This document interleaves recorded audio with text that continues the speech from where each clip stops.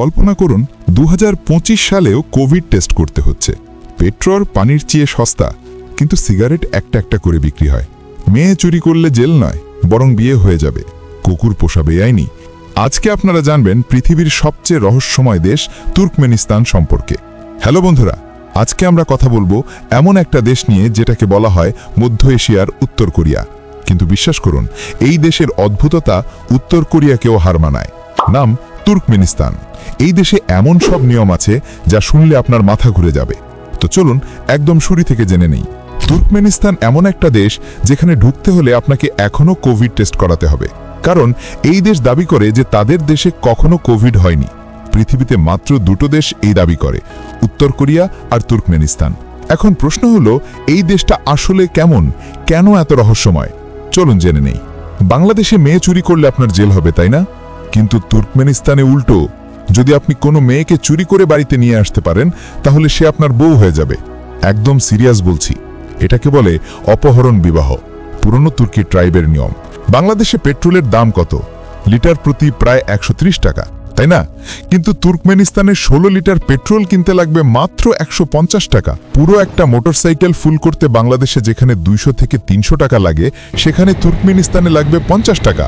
কিন্তু আজব ব্যাপার হলো, সেখানে সিগারেট কিনতে পাওয়া যায় না সহজে, কারণ ধূমপান বেআইনি। সিগারেট কালো বাজারে একটা একটা করে বিক্রি হয়।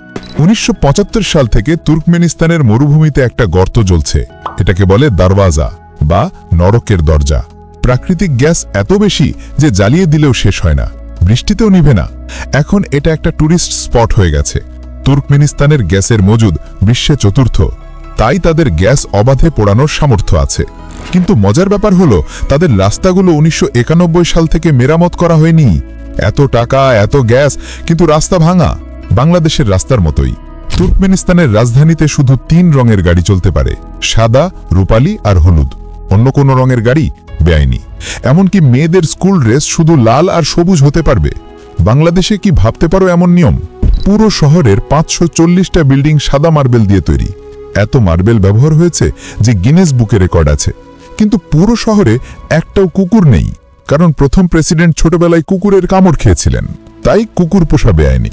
এখন আসুন সবচেয়ে অদ্ভুত ব্যাপারে। তুর্কমেনিস্তানের প্রথম প্রেসিডেন্ট নিয়াজভ নিজে একটা বই লিখলেন, নাম রুহনামা। তিনি দাবি করলেন এটা বাইবেল আর কোরআনের পরে 3য় পবিত্র বই। শুধু মানুষ নয়, এলিয়েনদের জন্য এই বই। এখন এই বই পড়া ছাড়া আপনি ড্রাইভিং লাইসেন্স পাবেন না, চাকরি পাবেন না, কিছুই পাবেন না। সব পরীক্ষায় এই বই থেকেই প্রশ্ন আসে। এলিয়েনদের এই বই দেখানোর জন্য রাজধানীর মাঝখানে একটা উড়ন্ত সসার রিসিভারও বানিয়েছে। একদম সিরিয়াস। উত্তর কোরিয়ার কিম জং উনের মতো তুর্কমেনিস্তানেও বাবা প্রেসিডেন্ট ছিলেন, ছেলেও প্রেসিডেন্ট।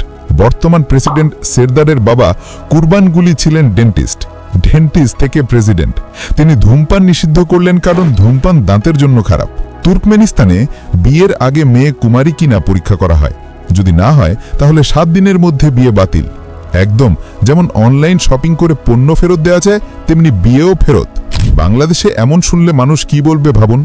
আর পণ, বাংলাদেশে যেখানে মেয়ের বাবা যৌতুক দেয়, সেখানে তুর্কমেনিস্তানে ছেলের বাবা $20,000 মানে প্রায় 24 লাখ টাকা দিতে হয়। মেয়ে গ্র্যাজুয়েট হলে আরও বেশি। তুর্কমেনিস্তান মধ্য এশিয়ার একমাত্র দেশ যারা রাশিয়াকে পুরোপুরি বাদ দিয়ে দিয়েছে। রাশিয়ান ভাষা শেখানো বন্ধ, ইতিহাস বই থেকে সোভিয়েত ইতিহাস মুছে দিয়েছে। এমনকি তাদের জাতীয় প্রতীকে 5টা ঈগল একটা 2 মাথা সাপ ধরে আছে। এটা রাশিয়ার 2 মাথা ঈগলকে ইনসাল্ট করার জন্য। তো বন্ধুরা, তুর্কমেনিস্তান সম্পর্কে এই ছিল আজকের ভিডিও। একটা দেশ যেখানে পেট্রোল পানির চেয়ে সস্তা, কিন্তু সিগারেট একটা একটা করে বিক্রি হয়। যেখানে মেয়ে চুরি করলে বিয়ে হয়, কিন্তু কুকুর পোষা বেআইনি। যেখানে প্রেসিডেন্ট বাইবেল লেখেন আর র‍্যাপ গানও গান। যেখানে নরক 50 বছর ধরে জ্বলছে। বাংলাদেশের সাথে তুলনা করলে আমরা অনেক ভালো আছি। অন্তত আমরা যে কোনো রঙের গাড়ি চালাতে পারি, কুকুর পুষতে পারি, আর বিয়ের 7 দিন পরে ফেরত দিতে হয় না। আপনার কি মনে হয়, তুর্কমেনিস্তান ঘুরতে যাওয়া উচিত? কমেন্ট করে জানান।